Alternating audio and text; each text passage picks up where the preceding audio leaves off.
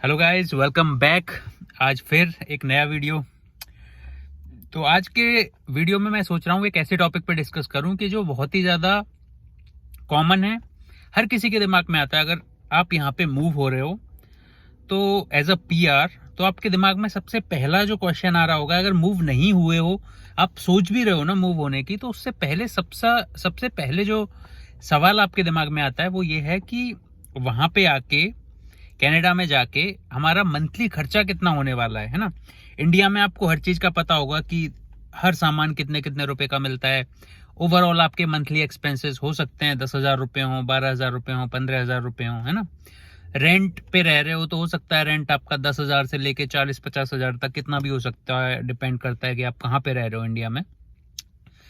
तो ऐसे ही अगर आप यहाँ पे आ रहे हो तो मैं आपको दो कैटेगरीज में एक्चुअली खर्चों को डिवाइड करूंगा। एक, अगर आप सिंगल आ रहे हो, आप सिंगल पीआर पे हो सकते हो, आप सिंगल एज ए स्टूडेंट आ सकते हो, है ना। या फिर आप ऐसा डिसाइड कर सकते हो कि आपकी भली फैमिली है, पूरी वाइफ है, बच्चे हैं, लेकिन आप सोचो कि पहले मैं वहां पे जाके सेट हो जाऊं, एक बार मेरा पूरा सेटलमेंट हो जाएगा फिर मैं अपनी फैमिली को बुलाऊंगा। तो किसी भी, चाहे इनमें से कोई सा भी केस हो, एक मैं केस लूंगा कि अगर आप अकेले आ रहे हो, एक मैं केस लूंगा कि अगर आप मैरिड हो, आपकी वाइफ है, बच्चे हैं, फैमिली के साथ आ रहे हो। तो दोनों केसेस में मिनिमम एंड पे चल के चलेंगे, है ना। मैक्सिमम की तो कोई लिमिट नहीं होती, कितना भी खर्चा, जितना आपका मन है उतना खर्चा कर सकते हो आप किसी भी कंट्री में। लेकिन मिनिमम खर्चा आपको कितना चाहिए यहाँ पे सरवाइव करने के लिए, तो वो मैं आपको बताऊंगा, ठीक है। मिनिमम, क्योंकि देखो शुरू में आते हो तो आप क्या है, आपकी सेविंग होगी वो पूरी होगी इंडियन रुपीज में। यहाँ पे आप खर्च करोगे, वो खर्च करोगे कैनेडियन डॉलर्स में। तो ऑब्वियसली अगर आप वहाँ पे सब्जी देखो, अगर वहाँ पे आपके फॉर एग्जांपल कोई आलू हैं, वो मान लो 20 या 25 रुपए किलो के हिसाब से मिल रहे हैं, वही चीज यहाँ पे देखोगे और इंडियन रुपीज में आप कन्वर्ट करोगे तो हो सकता है आपको 500 रुपए किलो के हिसाब से पड़े। तो आपका शुरू में दिमाग थोड़ा ऐसा होगा कि इतनी महंगी चीजें यहाँ पे, है ना। लेकिन अगर एक बार यहाँ पे आप कैनेडियन डॉलर्स में कमाने लग जाओगे तो फिर उसके हिसाब से उसके रिलेवेंस से वो सारी चीजें आपको एवरेज लगेंगी, सस्ती लगेंगी। लेकिन शुरू में आते हो तो आपका खर्चा टोटल कितना होने वाला है, एक एक करके मैं ब्रेक डाउन करता हूं। तो सबसे पहले तो आओगे तो आपको रहने के लिए चाहिए जगह, ठीक है। दोनों केस लेके चलते हैं। फर्स्ट केस लेता हूं मैं फैमिली का। अगर आप एज अ फैमिली आ रहे हो तो मिनिमम आपको यहाँ पे बेसमेंट होगा, वो सबसे सस्ता बता रहा हूं मैं, यहाँ पे सबसे सस्ता आपको बेसमेंट मिलेगा। अब आप किस लोकेशन में रह रहे हो उसके हिसाब से वो डिपेंड करता है, वो चेंज हो सकता है। अगर आप टोरंटो, मैक्सिमम लोग हैं वो टोरंटो के साइड जाते हैं, वहाँ पे जॉब्स आईटी वगैरह की या और फील्ड में अच्छी हैं, तो वहाँ पे लोग हैं तो जनरली जो फ्लैट होते हैं जैसे 3 BHK का मानो आप, वहाँ पे 1800 से 2000 के बीच में, $2000 के आसपास होगा। तो उस केस में क्या कर सकते हो आप, आपके लिए अगर उधर जा रहे हो और सेफेस्ट बेड चाहिए तो आप 2 या 3 फैमिलीज से पहले ही कांटेक्ट कर लो, जो भी ऐसा ग्रुप वगैरह बना लो जो भी आपके साथ वहाँ पे आपके साथ सिलेक्शन हुआ हो जिनका पीआर में। तो उनसे आप बात कर सकते हो कि शुरू के स्ट्रगल के दिन में हम 3 फैमिलीज एक 3 BHK खरीद लेंगे और एक रूम में एक फैमिली रह लेगी। तो इस हिसाब से आपका जो 2000 का या 1800 का जो आपका अपार्टमेंट 3 BHK पड़ रहा है वो आपको $600 आपकी फैमिली के लिए पड़ जाएगा। अदरवाइज आपको 1800 पूरा देना पड़ेगा, ठीक है। और ये कोई बुरी बात भी नहीं है। शुरुआत में अगर आपको 5-6 महीने, जब तक आपका दोनों स्पाउस का अगर जॉब नहीं मिल रहा है, जब तक अगर आप ऐसे थोड़ा सा कॉम्प्रोमाइज करें 5-6 महीने, तो तो आप वहां पे आराम से सर्वाइव कर सकते हैं $600 में। दूसरा केस लेते हैं, अगर जैसे मैं रह रहा हूँ या आप किसी छोटे शहर में रह रहे हो, है ना, या टोरंटो में नहीं रह रहे, टोरंटो के एक आउटस्कर्ट में, वहां पे 1 घंटे की डिस्टेंस पे रह रहे हो, जहां से आप 1 घंटे आराम से ड्राइव कर सकते हो, या आपको मेट्रो वगैरह से ट्रेवल कर सकते हो 1 घंटा, है ना। क्योंकि शुरू में आपके लिए पैसे की वैल्यू है, टाइम की इतनी ज़्यादा वैल्यू नहीं है। 1 घंटा आप एक्स्ट्रा लगा लो, वो आपको इतना महंगा नहीं पड़ेगा, बजाय आप $1200 एक्स्ट्रा भरो महीने में, है ना। तो अगर आप आउटस्कर्ट में रहते हो या फिर आप किसी छोटे शहर में रहते हो तो जनरली वहाँ पे जो बेसमेंट अगर आप लोगे ना, तो बेसमेंट आपके लिए ज़्यादा बेटर है, क्योंकि वो एक तो आपके लिए पूरा पर्सनल होगा, है ना। वहाँ पे आपकी ही फैमिली रहेगी। तो जनरली बेसमेंट है वो 2 रूम की होती हैं, 1 रूम की भी होती है, अगर वो मिल जाए तो वो और सस्ती मिल जाएगी। लेकिन जनरली 2 रूम की बेसमेंट होती है, और 2 रूम की बेसमेंट आपको पड़ेगी करीब करीब $1000 के आसपास, है ना। 1000, 1200, 1500 हर तरह की होती है, लेकिन मैं लोअर एंड पे लेके चल रहा हूँ। $1000 में आपको बेसमेंट मिल जाएगी। आप उसमें ऑनर से आराम से बात करके पहले ही डील कर लें कि जो भी बेसमेंट होगी उसमें लॉन्ड्री इंक्लूड होनी चाहिए, है ना, कि आपको फिर लॉन्ड्री कपड़े ले लेके आपको कॉइन लॉन्ड्री पे नहीं जाना पड़े हर महीने, हर वीक।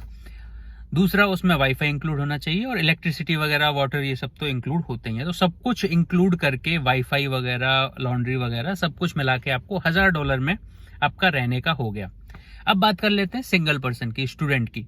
तो जो मैंने शेयरिंग का ऑप्शन बताया था ना, जो फैमिलीज के लिए, तो फैमिलीज के लिए थोड़ा सा मुश्किल हो सकता है ना, और लोगों के साथ एक अपार्टमेंट शेयर करना। लेकिन स्टूडेंट्स के लिए या फिर अगर कोई यंगस्टर हैं और वो सेम एज के लोगों के साथ शेयर कर रहे हैं, तो वो एक्चुअली ज़्यादा फन होता है। क्योंकि अकेले अकेले अगर आप रहोगे अनजान एकदम नए कंट्री में आके, तो वो आपके लिए भी थोड़ा बोरिंग होगा।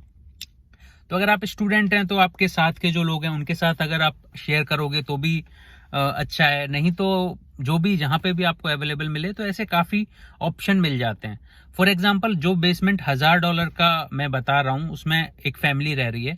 अगर वहाँ पे मान लो 2 स्टूडेंट ही रह रहे हैं, या फिर कोई बेसमेंट है जिसमें 3 रूम है, 3 स्टूडेंट रह रहे हैं, तो वही चीज़ आपको $400 या $500 में पड़ जाएगी। ठीक है, तो यहाँ हम इस कंक्लूजन पे निकल गए कि फैमिली है तो आपको $1000 के आसपास रहने का देना है ऑन एन एवरेज, और स्टूडेंट है तो आपको ऑन एन एवरेज $500 देना है रहने का।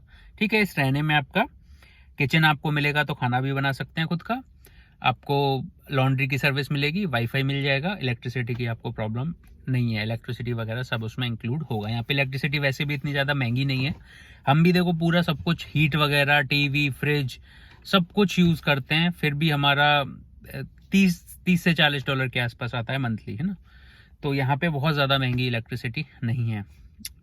सेकंड चीज़ आ जाते हैं, उसके बाद आता है खाने का खर्चा। ठीक है, तो फैमिली का देखो खाना है वो आपके लाइफस्टाइल पे डिपेंड करता है कि आप क्या चीज़ें खाते हैं, कितनी खाते हैं, है ना, कौन कौन सी चीज़ें खाते हैं। अगर फॉर एग्जांपल अगर आप नॉन वेज खाते हैं, उसमें भी आपको फिश चाहिए, श्रिम्प चाहिए, हाई क्वालिटी चिकन चाहिए, है ना, तो ऐसी चीज़ें अगर खाते हो तो ऑब्वियसली उसका मंथली एक्सपेंस है ज़्यादा आएगा। अगर आप बेसिक्स नॉर्मल सब्जी रोटी खाते हो, सब्जी रोटी चावल दाल, तो हो सकता है वो खर्चा कम आए। लेकिन ऑन एन एवरेज, जो मैंने 2 साल से मैं ग्रोसरी की शॉपिंग कर रहा हूँ, तो ये मेरा अंदाज़ा है कि आपको $100 पर वीक की तो ग्रोसरी चाहिए ऑन एन एवरेज। तो आपका एक फैमिली के लिए, है ना, तो आप समझ लो $400 का तो आपको राशन लगेगा, है ना, अगर आप फैमिली हैं।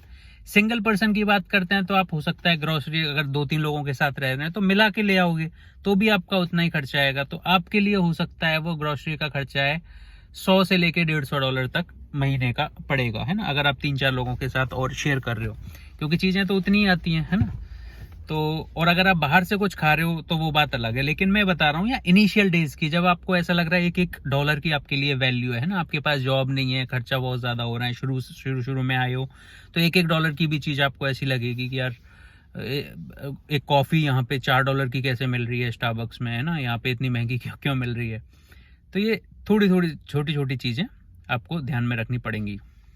ओके, तो हमारा रहने का बात हो गई, हमारी खाने की बात हो गई, तो दोनों को मिला के अब तक हमारा समझ लो, अगर एज अ फैमिली है तो एस्टिमेट लगा रहे हैं हम $1400 का, और अगर सिंगल स्टूडेंट है तो हम एस्टिमेट लगा रहे हैं करीब करीब $650-700 का, है ना।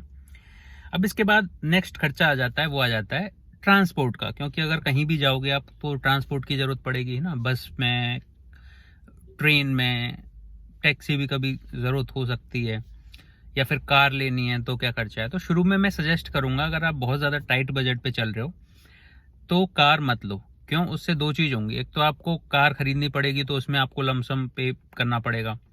जनरली क्या होता है कि आप कार नई लोगे तो वो फाइनेंस हो जाती हैं। अगर आप जैसे नॉर्मल कार लेते हो, कोई टोयोटा कोरोला लेते हो, होंडा सिविक लेते हो, ऐसी कार हैं वो फाइनेंस हो जाती हैं, और आपको हो सकता है वीकली का कुछ $80 से $100 पड़े, है ना, फिर भी वो पर मंथ $400 आपको देना पड़ रहा है।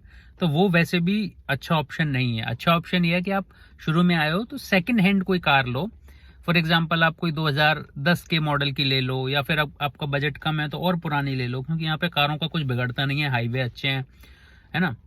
तो कोई कम चली हो और अच्छी कंडीशन में हो तो ऐसी कोई कार ले लो, और उससे ही काम चलाओ शुरू में, एटलीस्ट 1 साल 6 महीने, जब तक आपके पास अच्छा बजट नहीं हो दूसरी कार अपग्रेड करने का। उसके 2 फायदे होंगे, एक तो उसकी प्राइस भी डिप्रिशिएट ज़्यादा नहीं होगी। फॉर एग्जांपल अगर आपने $2000 की कोई कार ली या $3000 की कोई कार ली है ना, अच्छी ठीक ठाक से कंडीशन की, $3000 की ली तो आराम से आप उसको $2800-2700 की बेच देंगे। तो $200-300 6 महीने चला लोगे, वो ज़्यादा बेटर है बजाय आप एक नई कार लो और उसमें 5-6 हज़ार 7-8 हज़ार का नुकसान झेलो। ठीक है, तो लेकिन शुरू में मैं कार सजेस्ट नहीं करूंगा। क्यों? क्योंकि शुरू में आओगे तो आपके पास यहाँ का कैनेडियन ड्राइविंग लाइसेंस नहीं होगा, यहाँ का एक्सपीरियंस नहीं होगा, आपकी इंश्योरेंस है वो बहुत ज़्यादा हाई होगी। आपकी इंश्योरेंस है वो $300-400 हो जाएगी शुरू में, जब तक आपके पास यहाँ का एक्सपीरियंस या यहाँ का लाइसेंस नहीं है, तो फिर वो घट के थोड़ा सा कम होगी। शुरू में मैंने जब कार ले ली थी तो मेरा $320 का आता था, जबकि मेरा इंडिया का 8-10 साल का मेरे पास एक्सपीरियंस था, फिर भी मुझे $320 देने पड़ते थे, जो अभी घट के $150 हो गया है ना। तो बेटर है जब तक आपका यहाँ का ड्राइविंग लाइसेंस नहीं बन जाए तब तक आप कार मत लो, पहले आराम से प्रैक्टिस करके ड्राइविंग लाइसेंस निकाल लो, उसके बाद ही कार का सोचो। वैसे भी पैसे की तरफ से भी देखें तो शुरू में बेटर है कि आप बस पास बनवा लो। ठीक है, अगर आप ऐसी जगह रहते, मेट्रो के आसपास रह रहे हो, कोई मेट्रो सिटी वैंकूवर या टोरंटो के आसपास रह रहे हो, तो आपके ऐसे कार्ड बन जाते हैं जिसमें आप किसी भी ट्रेन में आराम से उस कार्ड को एक बार पैसे दो और उससे ट्रेवल कर सकते हो। जनरली $50-60 का कार्ड होता है वो, स्टूडेंट्स के लिए और भी ज़्यादा और सस्ता हो जाता है, $10-1। तो $50 का हम कंसीडर कर सकते हैं। $50 का शुरू में बेटर ये है कि आप कार्ड बनवा लो जिसमें आप सारी बसेस में या फिर आप ट्रेन से ट्रैवल करते हो तो ट्रेन में आराम से एक पास मिल जाएगा आपको मंथली, कितनी भी बार आप ट्रैवल करो तो आपका कोई दिक्कत नहीं है। तो $50 एवरेज मान लेते हैं, $50 का खर्चा। तो अब आपका रहना, खाना और ट्रांसपोर्ट, 3 चीज मिला के फैमिली के लिए करीब करीब हो गया, हम 1500 मान लेते हैं, वैसे तो 1460 कुछ ऐसा हो रहा है, 1500 मान लेते हैं राउंड फिगर में, थोड़ा बहुत ऊपर नीचे करके। और स्टूडेंट के लिए मान लेते हैं हम $700। ठीक है, 700 और 1500, तो ये हो गए यहाँ के मिनिमम आपके खर्चे। ठीक है, इसके अलावा यही 3 मेन खर्चे होते हैं। इसके अलावा तो यह है कि कभी आपको बाहर से खाने का मन कर रहा है, कहीं घूमने जाने का मन कर रहा है ना, तो आपको थोड़े बहुत खर्चे इंक्लूड होंगे उसमें। क्योंकि अगर फॉर एग्जांपल आप नई जाते हो तो आपका घूमने का भी मन करेगा, सिटी में घूमने जा रहे हो तो आपने पास बनवा लिए हैं तो ऑब्वियसली आपका ट्रैवलिंग का तो ऐसे ही उससे ही कवर हो जाएगा। बस कहीं पे अगर घूमने की एंट्री टिकट है या फिर वहाँ पे जा ऑब्वियसली बाहर जा रहे हो तो खाना भी बाहर से ही खाओगे, तो उसका भी हम $100-200 एक्स्ट्रा पकड़ के चल लेते हैं। शुरू के 6 महीने में आपको घूमने का भी मन करेगा हर जगह। तो ओवरऑल अगर आप देखें तो एक स्टूडेंट के लिए आप कंसीडर कर सकते हो मंथली खर्चे हैं वो करीब करीब $800 के आसपास आप कंसीडर कर सकते हो, है ना। क्योंकि स्टूडेंट के ग्रुप भी होंगे तो आपस में मिल बांट के खर्चे करेंगे, तो $800 के आसपास।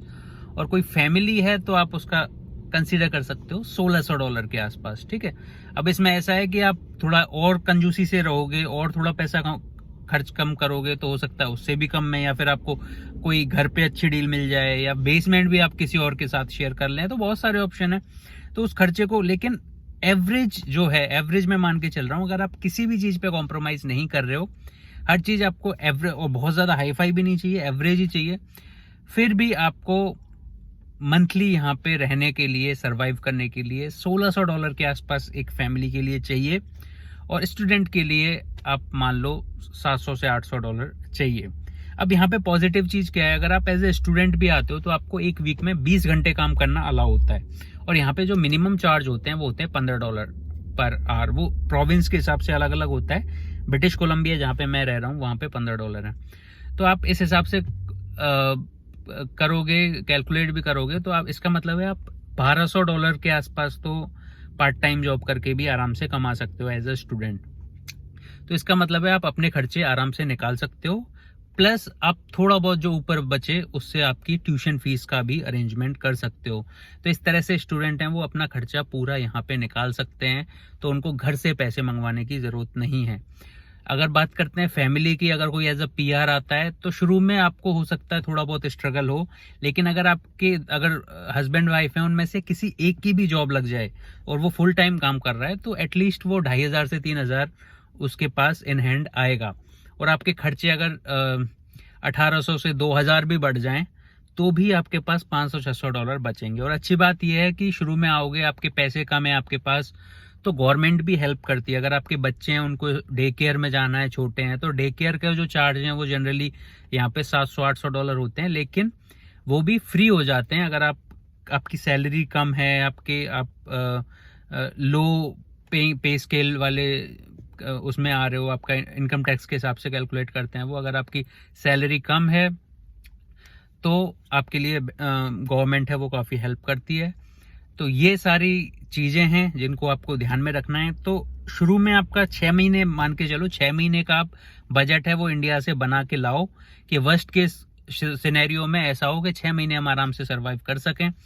लेकिन यहाँ पे अगर बेसिक जॉब की जिनकी मैं बात कर रहा हूँ वो मिलना इतना ज़्यादा टफ नहीं है। अगर आपके पास यहाँ पे काम करने का परमिट है, मतलब चाहे आप वर्क परमिट पे हो, चाहे आप PR हो, तो आराम से काम, बेसिक काम तो आपको मिल ही जाएगा। और मिल जाएगा तो जैसे ही काम मिलता है तो आपके खर्चे हैं वो आराम से निकल जाएंगे। तो आई होप आपको ये वीडियो पसंद आया होगा, आपको इन्फॉर्मेशन अच्छी लगी होगी।